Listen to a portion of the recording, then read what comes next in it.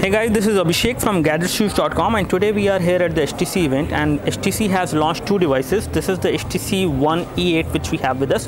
We have this device in two colors and I'm going to get rid of one of them.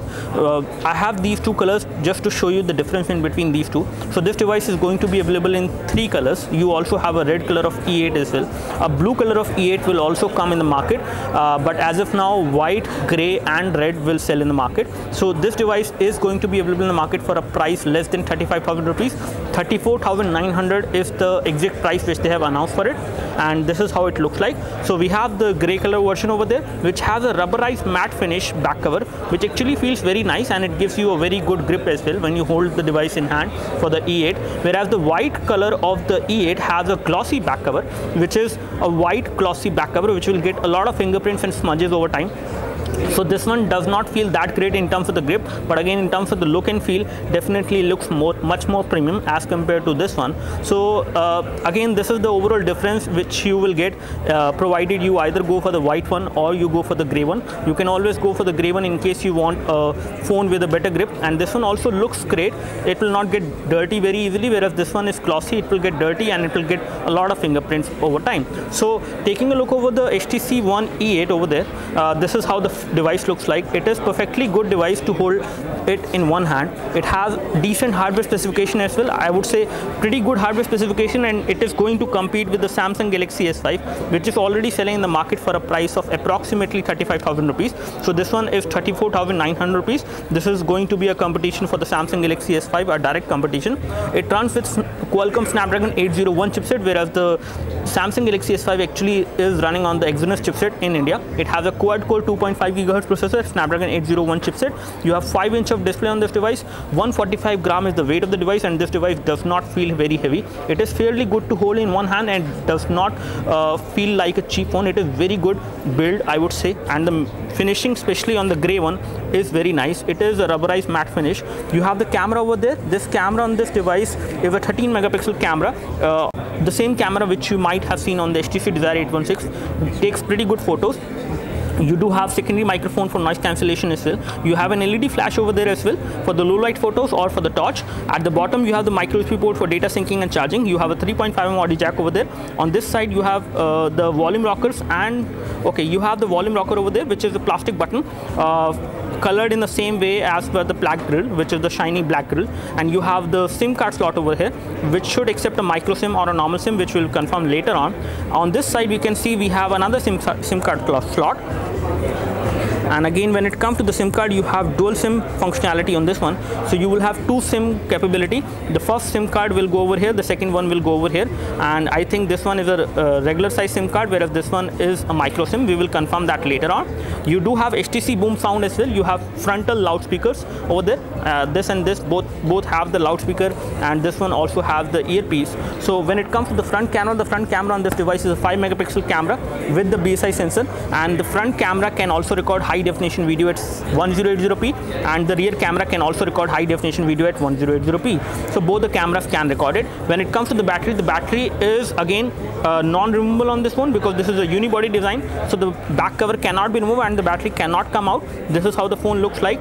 The phone is fairly portable and easy to hold in one hand. It does not feel very heavy. In terms of the thickness, it is again 9.8mm in terms of the overall thickness, which is not too thin and not too thick, but again on the edges it goes thinner. You have a curved back design on the back side, which actually makes this device easy enough to hold in one hand, and the weight of the device is also not very heavy. When it comes to the internal storage, you have 16 GB of inbuilt storage on this device, out of which how much you will get we will just confirm you, and you have 2 GB of RAM. So in terms of hardware specification, this one is actually slightly better than the Samsung Galaxy S5 which is there in the market as far as hardware is concerned, because the Samsung Galaxy S5 which is being sold in India is having an Exynos chipset, whereas this one is having a Snapdragon 801 chipset, 2.5 GHz, which is good. The performance of the device is fluid as we have expected, so there is no lag of any kind which we can notice. As far as the UI is concerned, it is running the HTC Sense 6.0, the latest version of HTC Sense UI. This is how it looks like.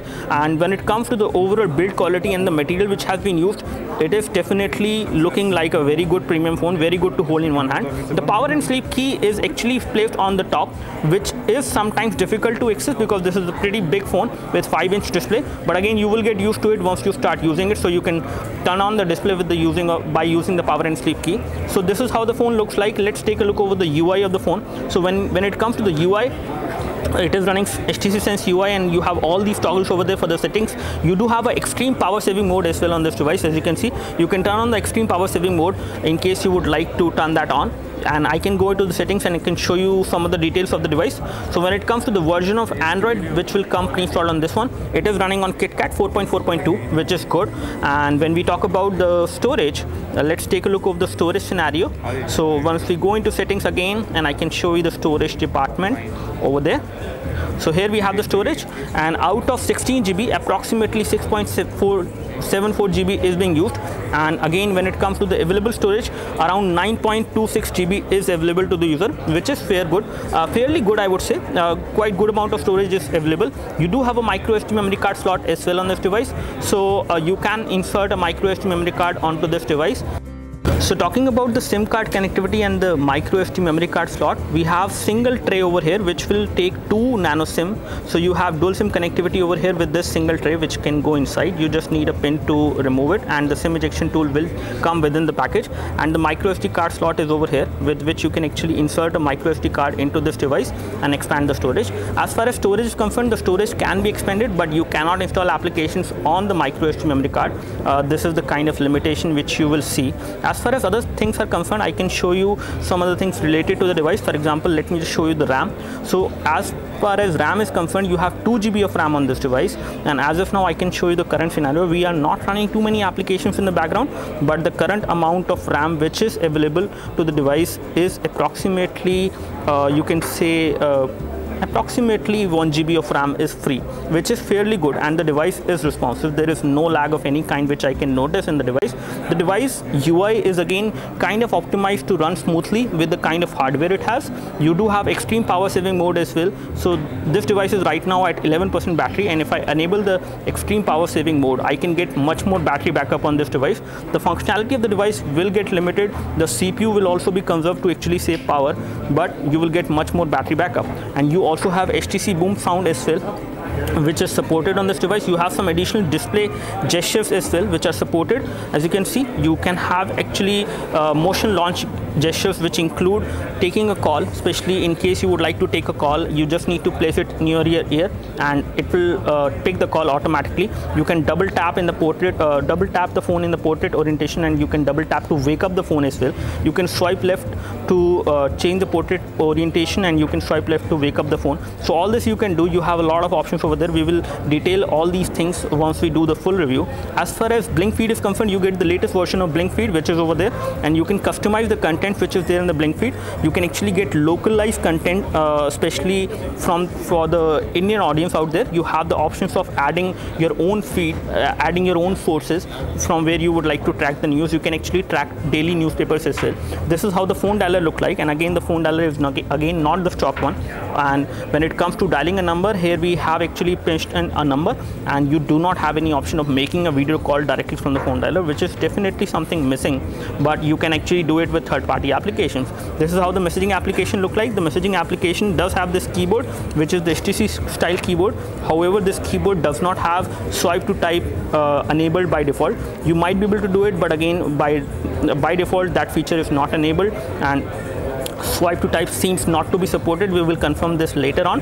And when it comes to typing on this device, typing is not an issue. You do get a pop-up whenever you type any key, so you get a pop-up for that, so it becomes easy for you to type on this device, which is definitely good. So you have Blink Feed, you have the HTC Sense UI which is running quite smoothly. You do have some additional widgets as well on this device, which are kind of weather widgets, which will again give you information related to weather, date, time and other things. You do have some additional widgets which are specifically designed for this phone, so all that you can do. As far as the application which will come installed, you have mailing application, you have HTC Zoe mode as well supported. So when it comes to the camera features, there are some limitations on this device because this device does not have the additional depth sensor which was there on HTC One M8. This one does not have it, so you won't be able to have the depth effect, especially, or you do not have the U focus on this device because that is being supported with the help of additional depth sensor, which this device does not have.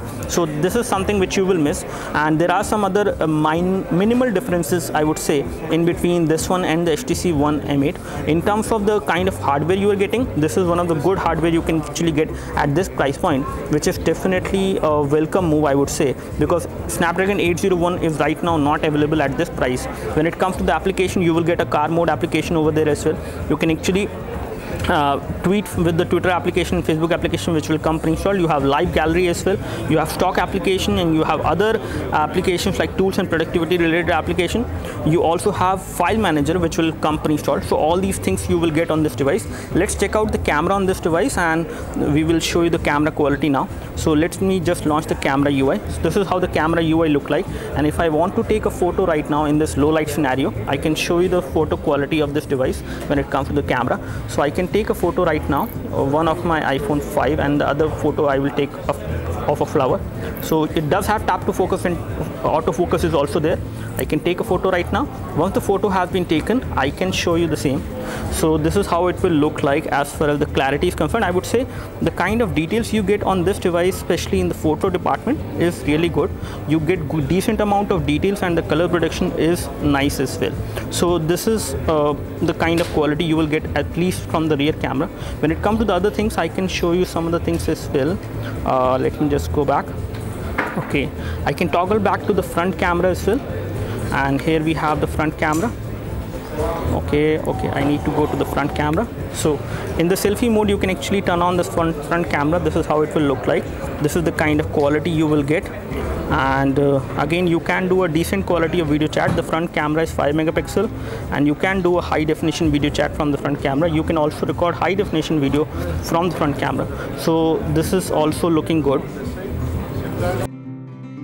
So just to show you the quality of the display, I have a high definition photo loaded on this device, and as you can see, the viewing angles you have are really good. You can see the display from almost any angle without any issues. There is no discoloration, there is no problem as far as viewing angles are concerned. This device has pretty good display. It is an IPS LCD display, and it gives you very wide viewing angles and very good color production as well at times. I can show you some of the photos as well, and all these high definition photos on this display looks great. So when it comes to some additional features you will get on this device, you also have NFC supported on this device, you have Bluetooth 4.0 supported, you have Wi-Fi, DLNA is also supported, and you also have HTC Connect supported on this one, so that you can connect it with other HTC devices, especially for data sharing and other things. When we talk about some of the settings which we have not showed you earlier, you do have a dual SIM manager over there with which you can actually manage the dual SIM. One thing which I do not like about this device is that you have 2 SIM card slots and both of them will accept a nano SIM. So you will need to get a nano SIM, or either you need to convert your normal size SIM card into a nano SIM, and in that case it will not be compatible with other phones, especially those who do not have nano SIM slots. So when it comes to the tethering options, you do have that as well supported, and I can show you the same. So once we go into more settings, you can see that we do have mobile network sharing support as well. So you can share the 3G internet on this device with the help of the portable Wi-Fi hotspot you can create from this device. You have support for Bluetooth tethering as well. So all this is supported, and you have USB tethering also supported. NFC support is over there, and you have HTC Mini Plus supported as well. So which is another HTC accessory which actually works with HTC One M8, and it will work with this device as well. So E8 will also work with that particular accessory. When it comes to GPS navigation, you do have GPS navigation supported as well on this device. You can use this device for GPS navigation, and there should not be any problem. Again, the hardware is definitely good on this device, so when it comes to using features, you will not have any problem. Boom sound cannot be turned off whenever you are using the internal speakers, so this is something which will remain on. So whenever you are listening any sound from the loudspeaker, the boom sound will be there, and you will get very good quality of sound and very loud quality of sound, loud sound as compared to the other phones which are there in the market. So when it comes to the power settings, I have already shown you that there are some additional power saving mode. Right now the device is 9% battery, and still it is surviving for the last 15 minutes. There is no problem. So the battery backup on this device is definitely good as well. as far as the initial feedback from me is concerned. So this looks like a decent phone and a very good phone in terms of the kind of features it is providing. The kind of hardware it has is definitely better than the Samsung Galaxy S5 which is there in the market, and the pricing is also very competitive. This one is going to cost you approximately 34,900 rupees. So this is a pretty decent phone. Do let me know if you have any specific question for the HTC One E8. You can like this video if this video helped you by clicking the like button below. You can subscribe to our YouTube video channel for more videos like this by clicking the subscribe button below. Thanks for watching this video. This is Abhishek signing off. Thank you.